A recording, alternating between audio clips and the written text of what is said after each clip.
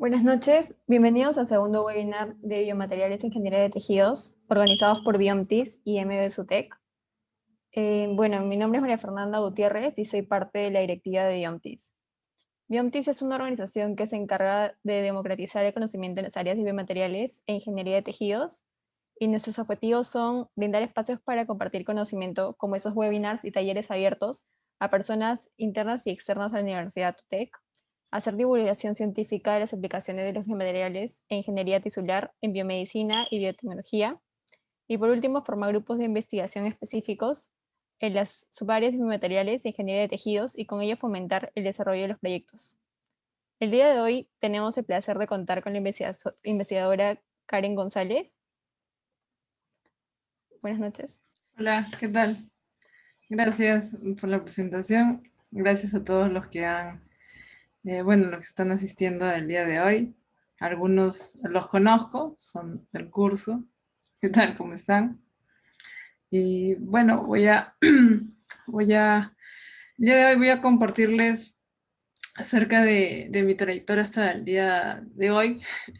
Bueno, hasta antes de ingresar en AUTEC o por ahí. Y también les voy a comentar acerca de los trabajos en los cuales he participado, en los proyectos, así como también los artículos en los cuales soy coautora. Bueno, si tienen alguna pregunta o duda, yo encantada de responder. Y bueno, comencemos. Voy a, voy a compartirles. Ah, ya, ¿me das el pase para compartir? Por favor.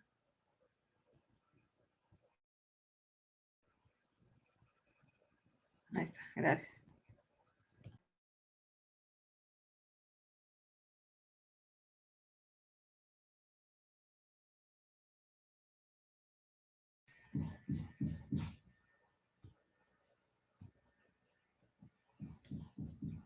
Bueno, para hablarles un poco de mi trayectoria, debo mencionar, primero, bueno, estudié química en la Universidad Nacional Mayor de San Marcos, soy bachiller en química. Luego comencé a trabajar como asistente de proyectos en el grupo de polímeros y materiales compuestos de la Pontificia Universidad Católica del Perú, que queda justo en la Facultad de Ingeniería Mecánica. Ese grupo tiene la infraestructura del Laboratorio de Polímeros y Bionanomateriales. Es un grupo interdisciplinario que desarrolla diferentes trabajos con polímeros, biopolímeros, nanomateriales, compuestos, para diferentes aplicaciones desde la industria plástica, aplicaciones biomédicas, energéticas, ¿no? Se estudia la relación que hay entre la estructura y propiedad de los materiales, se diseñan diferentes rutas de manufactura para poder aprovechar tecnológicamente diferentes recursos naturales, ¿no? Muchos de ellos actualmente no tienen un valor agregado o simplemente son desechados o generan, o son, por ejemplo, considerados como restos de actividades agrícolas, forestales, ¿no? Y de repente el único fin que tienen actualmente es tal vez ser utilizados para generar energía, tal vez en la quema, o ser utilizados tal vez como en la tierra, tal vez para poder controlar un poco la humedad del suelo, ¿no? Pero estudiando las propiedades de esos materiales también se pueden encontrar diversas rutas para su uso tecnológicamente, ¿no? En las aplicaciones que he mencionado. Por ejemplo, los restos de actividades agroforestales pueden ser tratados, pueden ser calcinados, pueden ser modificados para su uso finalmente como electrodos, ¿no? Y ser utilizados en aplicaciones de almacenamiento de energía, por ejemplo, ¿no? En los electrodos que son muy utilizados, por ejemplo, en baterías, en supercapacitadores, ¿no? La idea es poder encontrar la mejor ruta, los parámetros óptimos y las modificaciones necesarias que se requieran para poder aprovecharlos tecnológicamente. Luego, después que estuve por ahí, justo salió, se estaba realizando lo que es las convocatorias para realizar maestrías a nivel nacional. Una de ellas fue la maestría en química. Bueno, yo postulé, gané la subvención para una beca integral de maestría en la Pontificia Universidad Católica del Perú. Esa beca fue financiada por Fondesit durante el 2017 hasta el 2019. Realicé la maestría en química y yo me enfoqué en ciencia de los materiales y desarrollé mi tesis en base a la fabricación de un hidrogel de un derivado de quitosano, el cual quitosano es un polímero natural, el cual puede ser procesado y con el cual se puede obtener hidrogeles, ¿no? Estudié las propiedades mecánicas, morfológicas y las reológicas, ¿no? Justo la reología es una ciencia que estudia el flujo y la deformación de materiales y puede darte bastante información y conocimiento sobre la relación que existe entre la estructura de un material y sus propiedades. Entonces, eso fue muy interesante. Bueno, lo sustenté y obtuve mi grado. Luego de eso, fui investigadora visitante del Instituto de Ciencia y Tecnología de Polímeros del Consejo Superior de Investigaciones Científicas en Madrid. Fui 3 veces, de las cuales 2 veces fui como parte del equipo técnico de proyectos del grupo de polímeros y materiales compuestos de la sección mecánica en Católica. Y la tercera vez que fui, justo habían aperturado también en Fondesit eh, para poder postular a movilizaciones y ponencias, ¿no? Movilizaciones y ponencias. Justo postulé y me dieron la subvención para poder ir una tercera vez a capacitarme en el ICTP CSIC. Justo estuve en el grupo de ingeniería macromolecular con el director del instituto, Daniel López, y ahí pude conocer de cerca, o bueno, de primera mano, los equipos, por ejemplo, el microscopio electrónico de barrido, el SEM, también el difractómetro de rayos X, el analizador termogravimétrico o TGA, También me capacité en lo que es el uso de reómetros, que como les explicaba, permite estudiar el flujo de formación de materiales. También tuve acceso, bueno, a lo que es el RMN, ¿no? El RMN, perdón, resonancia magnética nuclear. Ahí justo tienen uno. Bueno, acá en Perú también hay uno. Ese también está en Católica. Bueno, aprendí muchas cosas de lo que es la caracterización de materiales a nivel físico-químico, estructural, también morfológico, ¿no? Los cuales son muy importantes para poder conocer todas las características del material que se está sintetizando. Y luego, bueno, comencé mi doctorado en la Universidad Politécnica de Valencia. Por todo el tema actual de la pandemia, bueno, es a distancia, así que ahí estoy actualmente. Mi tesis de doctorado está tratando sobre el estudio de la dinámica molecular de biopolímeros, ¿no? Yo todo lo que he ido trabajando siempre me he enfocado en el uso y el aprovechamiento tecnológico de biopolímeros. Estos biopolímeros se extraen de diferentes fuentes naturales, ¿no? Desde lo que les comentaba, ¿no? De desechos agroforestales, de tubérculos, de fuentes vegetales, ¿no? Y etcétera. Todo lo que es recursos renovables. Y luego empecé como profesora TP del curso de biomateriales acá en UTEC, en la carrera de bioingeniería. Eso es básicamente mi trayectoria en varias instituciones y universidades. Y, y bueno, a lo largo de todo, como les dije, he visto todo lo que es procesamiento desde la materia prima, ¿no? Desde tener recursos parámetros óptimos o tener el producto o el material, ¿no? Material basado en biopolímeros, poder ensayar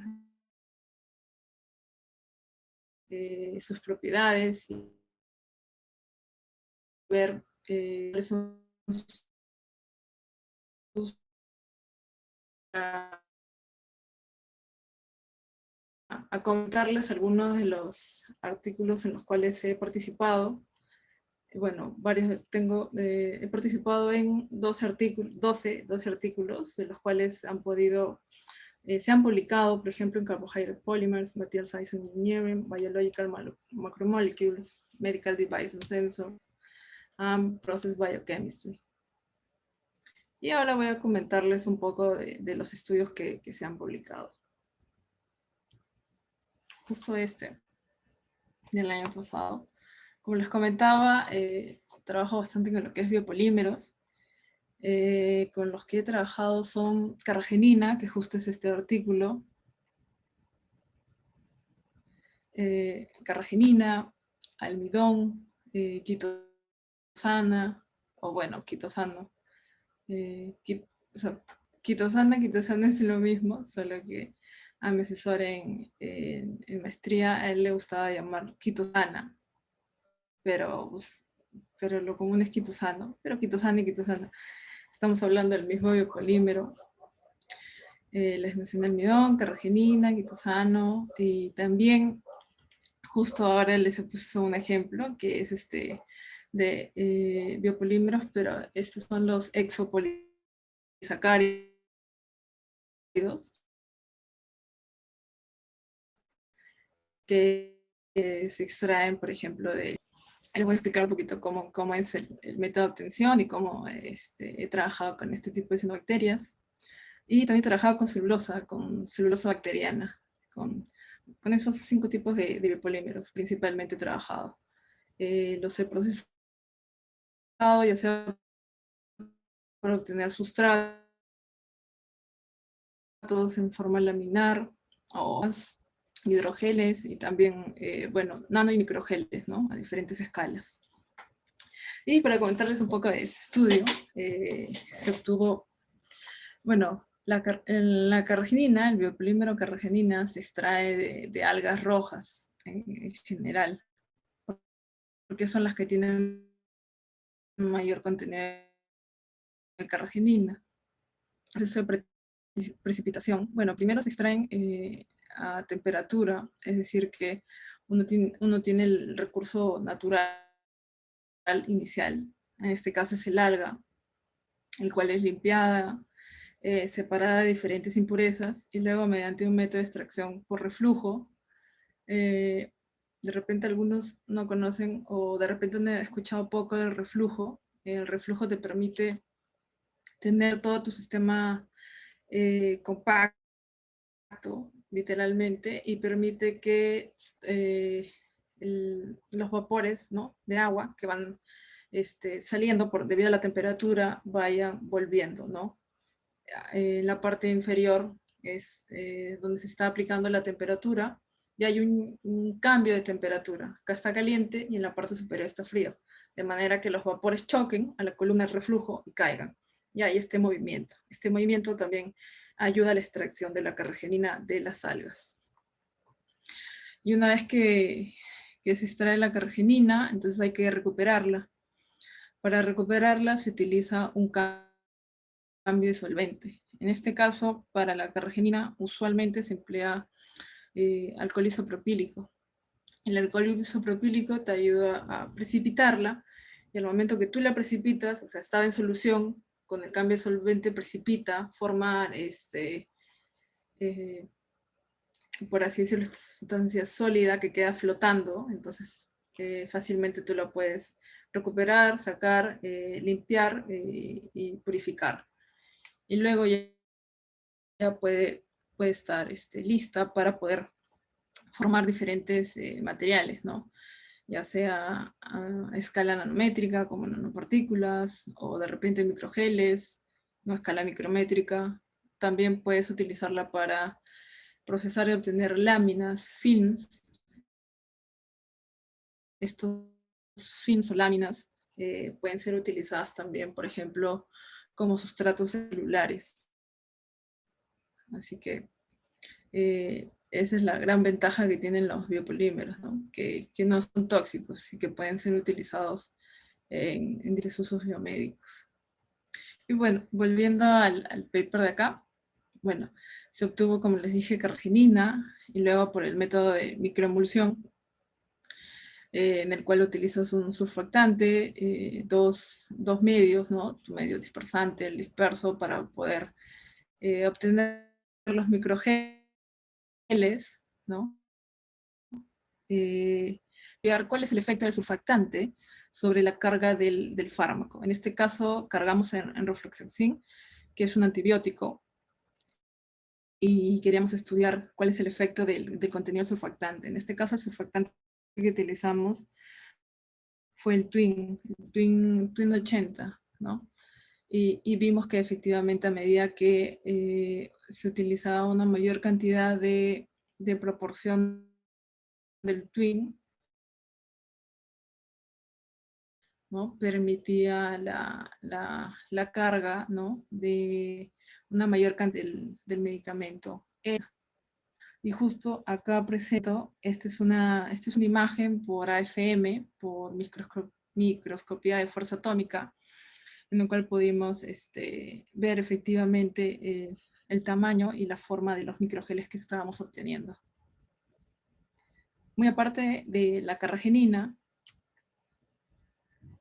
como les mencionaba, otro tipo de biopolímero con el cual he trabajado es los exopolisacáridos que se extraen de las cianobacterias. Estas cianobacterias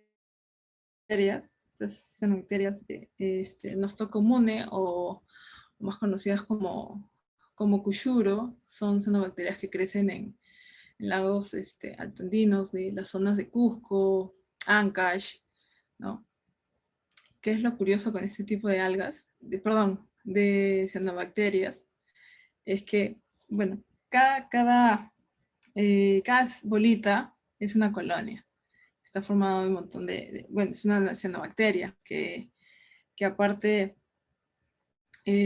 puede realizar fotosíntesis, absorbe gran cantidad de agua, y esa es una de sus curiosidades. Dos, que actualmente se utiliza, o bueno, tiene algunos usos alimentarios. He visto que ha habido bastante publicidad acerca de su uso, o bueno, del el uso del término de superfoods, ¿no? Tipo la quinoa, tipo el cuyuro. Por eso podría impactar en lo que es la anemia la anemia que pueden sufrir diferentes niños o personas en general, ¿no? Por ese lado he visto que ha habido bastante publicidad ahora último, ¿no? Y bueno, es que es como un gel, es un gel natural, ¿no? ¿Dónde encuentras geles naturales? Uno de ellos es esta cianobacteria. Otro gel natural es la celulosa bacteriana. Pero la celulosa bacteriana, tú la cultivas, ¿no? En el último ejemplo, justo voy a hablar de la celulosa bacteriana. Pero en el caso de eso, tú la cultivas a partir de una célula, por ejemplo, perdón, de una bacteria de género Gluconacetobacter o Silinus. O sea, tú mismo la cultivas, pero en cambio este Cuyuros se extrae de manera natural. Esa es su forma natural. Entonces, queríamos conocer más a detalle acerca de eh, eh, cuál es el comportamiento, qué tipo de interacciones tiene dentro de este gel. ¿Es un gel físico? ¿Es un gel químico? De repente es un gel que tiene ambas características, ¿no? En todo lo que es su red.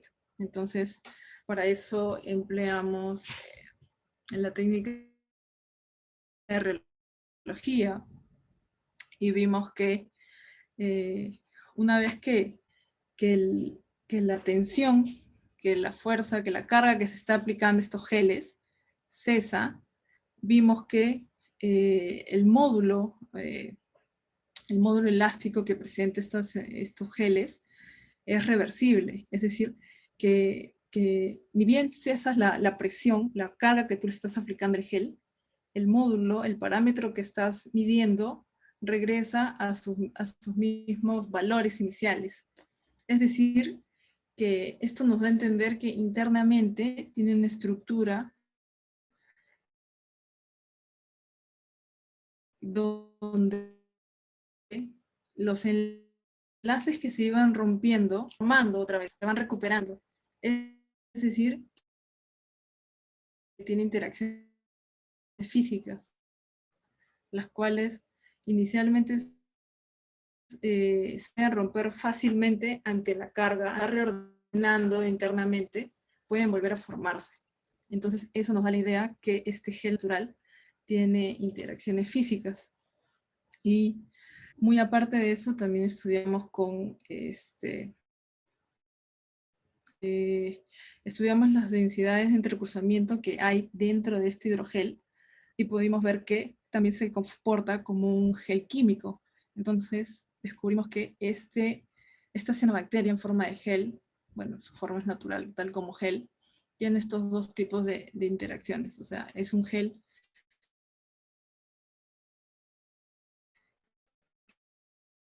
de estructura.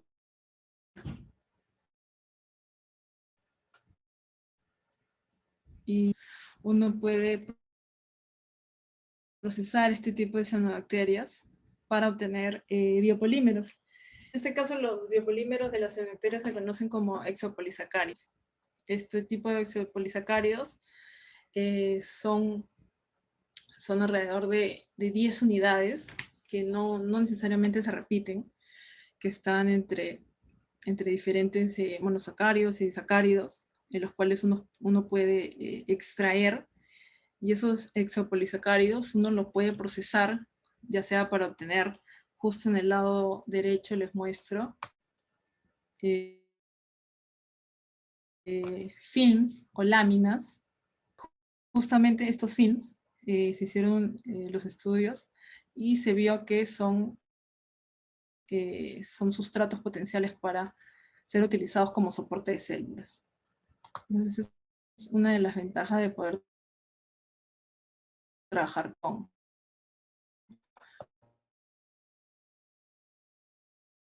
biopolímeros. El 2020, es el año que pasó, es acerca del estudio de la dinámica molecular de polímeros, o bueno, la estructura que pudimos observar a partir de estos ensayos. Cuando uno estudia la dinámica molecular, uno estudia los movimientos que hay en toda la cadena del polímero de interés. Entonces, uno puede descubrir si de repente los movimientos que gobiernan las cadenas son cooperativos, es decir, que las moléculas que están a los costados influyen en el movimiento de toda la estructura. Puedes determinar también si dentro de la estructura es amorfa, ¿no? Hay suficiente espacio y de repente la cadena puede moverse libremente, ¿no? O si tiene movimientos no cooperativos, es decir, que la estructura ya no es amorfa, sino de repente va a ser semicristalina o cristalina toda la estructura. Pero este estudio de dinámica molecular también te puedes apoyar en un estudio de difractometría, ¿no? Un estudio de rayos X, donde puedes también conocer bacterias no son comunes. Lo que domina son los movimientos, pudimos determinar que dentro de la estructura es amorfa. Entonces, conociendo esa estructura que es amorfa, entonces se puede utilizar y se puede procesar, por ejemplo, con el método de nanoprecipitación para poder utilizarlo como para obtener nanopartículas que puedan ser utilizadas en la carga de fármacos. Ese fue uno de los motivos por los cuales estudiamos la dinámica molecular de los hexapolisacáridos de estas cianobacterias, que, bueno, como les comenté, ¿no? se obtienen de manera natural en lagos de zonas altoandinas como Cusco, Ancash, básicamente en esos lugares. Y otro de los biopolímeros con los cuales he trabajado es la celulosa bacteriana. Es muy curioso la celulosa bacteriana, porque la celulosa bacteriana tiene la misma estructura que el almidón, que los polímeros que hay dentro del almidón. El almidón está formado por dos polímeros que hay entre esos dos. Es que una tiene ramificaciones, que es la mielopectina, y la otra la amilosa, que son, en su mayoría son cadenas lineales, ¿no? Y la diferencia que hay entre el almidón y la celulosa es el ángulo, el ángulo de los enlaces OH, ¿no? En uno es alfa, que es en el almidón, y en otro es beta. Este cambio, que no pareciera tan importante, realmente importa demasiado, porque si uno compara las propiedades mecánicas de la celulosa bacteriana frente a las propiedades mecánicas del almidón, son abismales, por así decirlo, ¿no? La celulosa bacteriana es mucho más rígida, va a soportar mayores cargas que en comparación, por ejemplo, de una lámina de almidón. Pero por el contrario, las láminas de almidón serían más flexibles. Esa es una de las diferencias más notorias, por ejemplo, cuando se trabaja con almidón y con celulosa.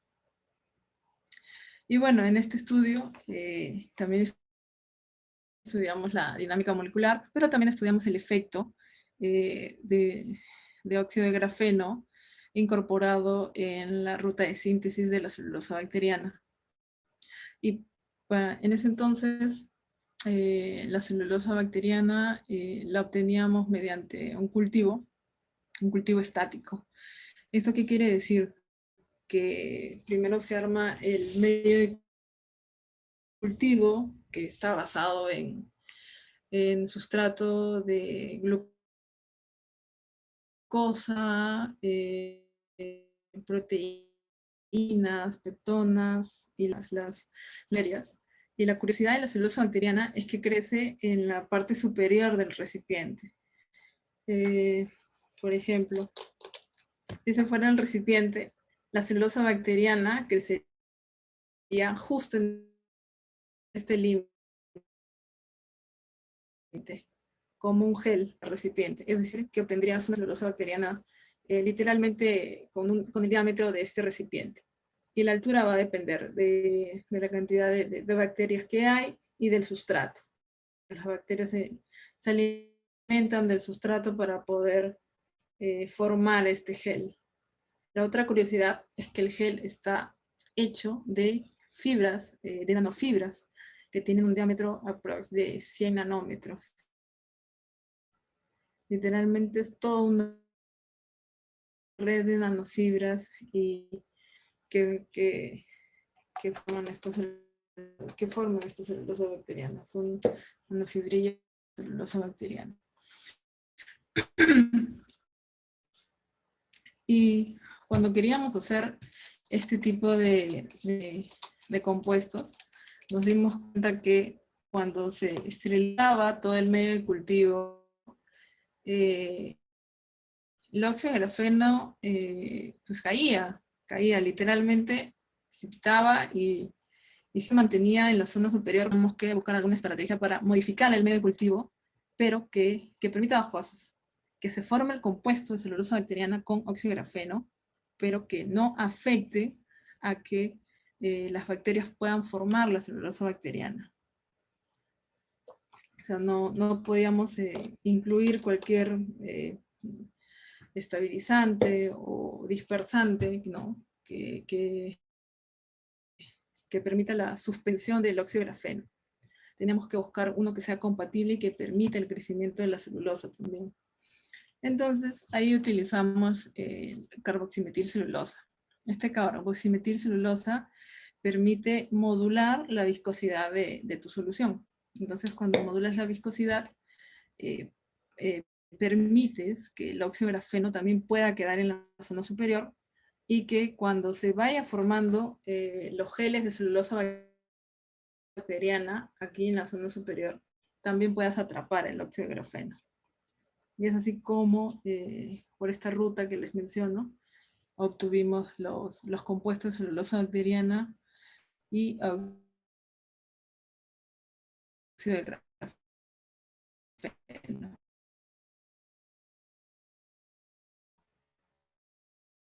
¿Y qué vimos cuando con mayor cantidad de carboximetilcelulosa pudimos atrapar mayor cantidad de óxido de grafeno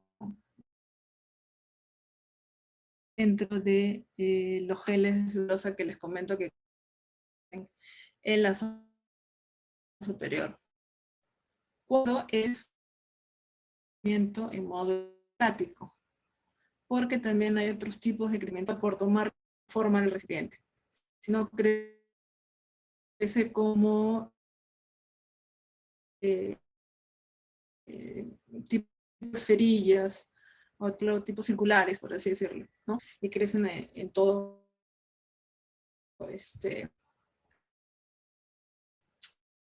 en todo el recipiente, pero crecen de menor tamaño, no crecen del tamaño de la forma del recipiente.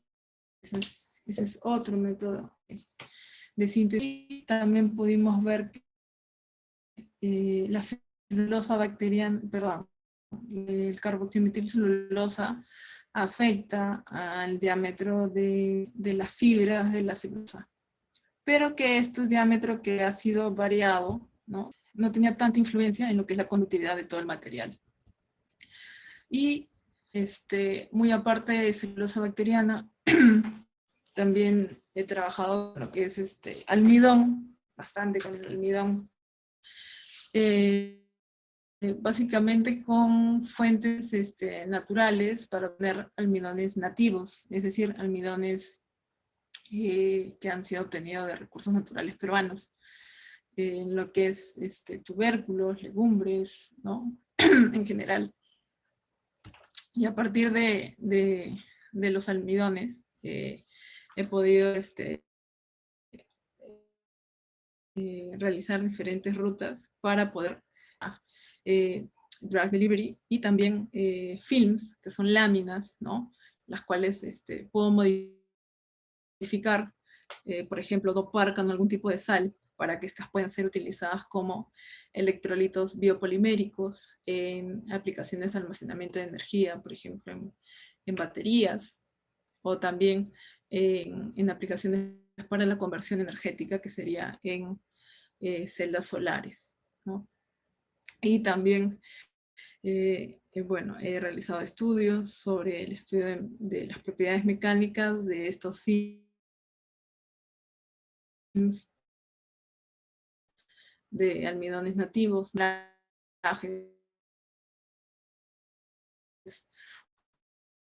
o recubrimientos. Y bueno, esas cosas que he venido desarrollando. Y bueno, además también tengo un par de artículos de estudio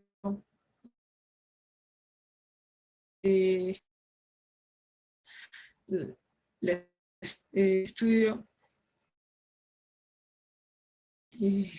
cuál es la relación entre la propiedad y la estructura de materiales biológicos en esta calcita, cómo es que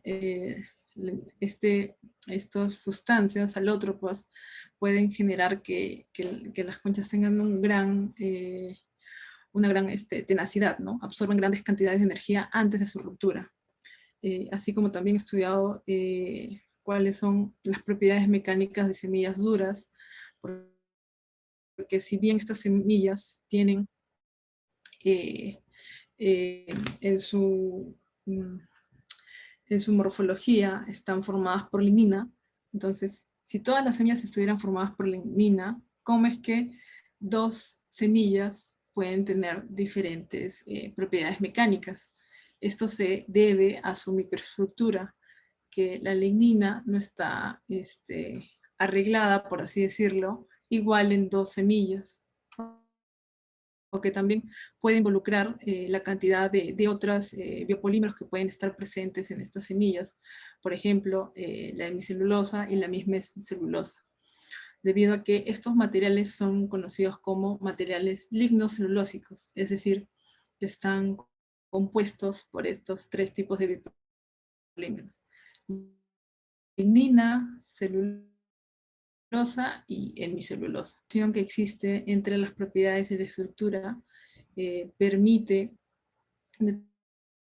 determinar para qué futuras aplicaciones pueden servir, ¿no? Por ejemplo, conociendo la estructura de diferentes materiales literalmente nanoestructurados,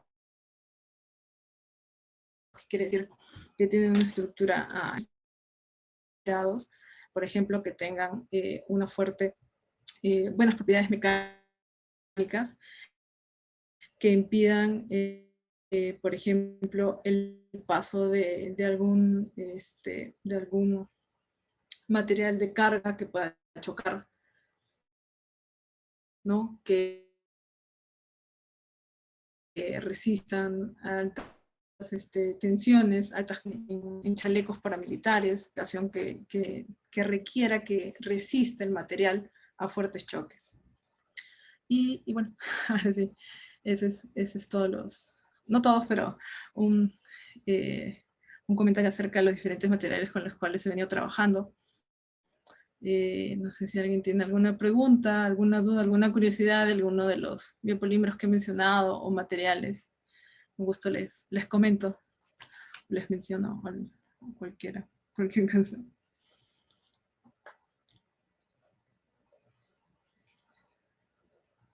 ¿Alguien tiene alguna pregunta? A ver, en el chat había una pregunta, creo que era de la cianobacterias, que preguntó si dicho gel, Gustavo preguntó si dicho gel sería lo mismo que un biofilm. El gel, el gel es literalmente natural, pero lo que conocen como biofilm en este tipo de estructuras se refieren a lo que recubre al gel natural. Pero en este caso, estas cianobacterias exudan a los exopolisacáridos. Y lo que tienen es como una sustancia un tanto gomosa y viscosa. Pero pero eso a veces lo confunden. A eso le llaman biofilm, a lo que recubre. Pero es muy distinto decir films basados en biopolímeros. Estos están hechos a partir de un polímero, bueno, en realidad de un biopolímero extraído de estas fuentes o de estos recursos naturales, los cuales se ha procesado y se han obtenido de acuerdo a la forma del molde en los cuales los has preparado o evaporado por el método el cual estás utilizando. En el caso del almidón, sí, justamente, pero en el caso del almidón, no sé si han escuchado, por ejemplo, en México, la empresa Bioface, algo así, Bioface, Bioface, algo así, que utiliza pepas de palta para poder extraer. Y con esto, mediante la manufactura que ellos han patentado, han podido desarrollar plásticos biodegradables basados en estos biopolímeros. Sí, sí, se han llevado a la escala industrial. En el caso de aplicaciones en lo que es industria plástica. ¿Qué ingenierías de especialidades? Biólogos, bueno, químicos, ingenieros mecánicos, ingenieros forestales, ingenieros ambientales, y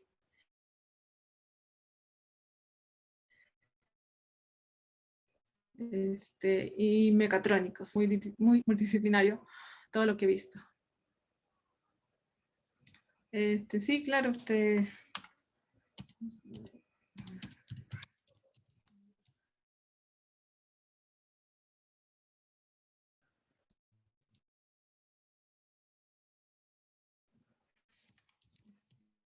el correo, primero, bueno, ahí dejo mi correo, creo que lo envié directo, perdón, ahora lo copio otra vez. Ahí lo dejo. Correo por si tienen alguna consulta, alguna pregunta adicional o sin comentar, no hay problema.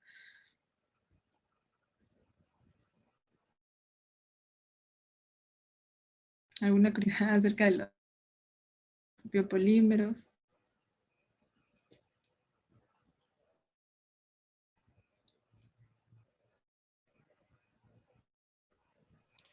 Gustavo está levantando la mano. Ok, sí, sí, dale, sí.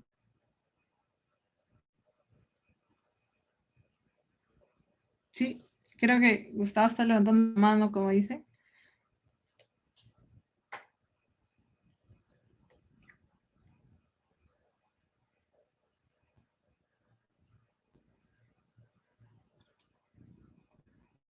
Bueno, creo que sigue muteado.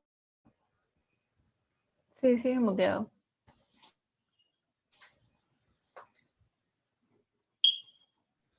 Si no, puedes escribir tu duda o pregunta por el chat. Sí. Sí. Claro, pueden dejarlo por el chat o comentarla, no sé, hablar en su micrófono y a conversar. Me avisan. Acá tenemos...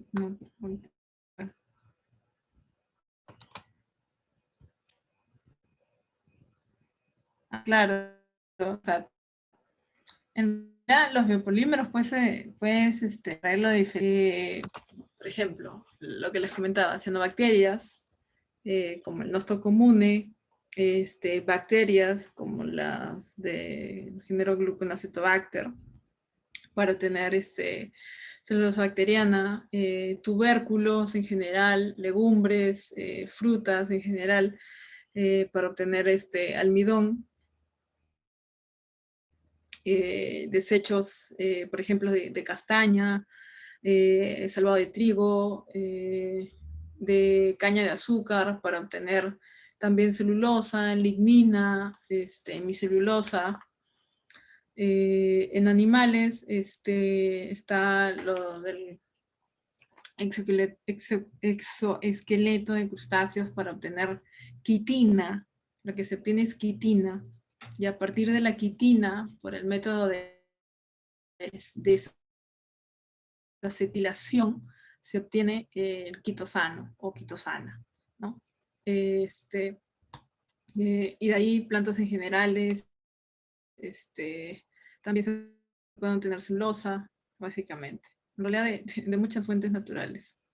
No hay, no son restringidos, son una amplia variedad de recursos naturales que se pueden aprovechar tecnológicamente, ¿no? Desde el punto de partida de poder obtener biopolímeros. Sí.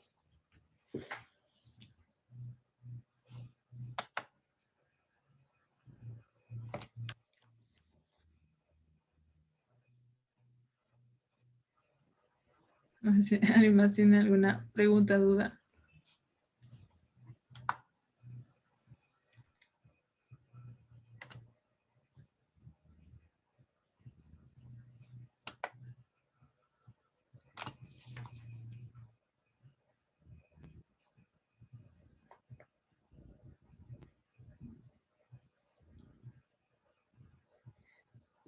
Bueno, Creo que no. si más tiene alguna pregunta. Igual ahí dejé mi correo, por si alguien quiere consultarme algo o comentar algo acerca de la presentación de hoy o algo, ahí lo dejé, pueden escribirme normal, yo contesto. Tal vez no rápido, pero contesto. Contesto. Bueno, queríamos también de parte de Biomtis agradecerle por venir a tomarse un poco su tiempo y explicarnos un poco en lo que está haciendo. Y bueno, también agradecer a los demás que han venido y han escuchado la charla. Y si no hay más preguntas, pues creo que ya está. Ya.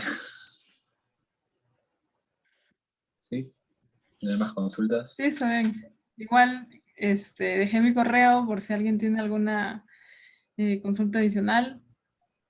No hay problema. Hola, Lili. Listo, Lili. Ahí reconozco algunos de ahí. Bueno, igual nuevamente agradecer a todos por su participación, a ustedes por la invitación a la charla y bueno, hasta cualquier otra oportunidad para poder seguir compartiendo acerca de lo que es biopolímeros y biomateriales en general. Muchísimas gracias. Muchas Ok, gracias. ok. Chao, chao, chao con todos. Chao a todos. Cuídense. Adiós.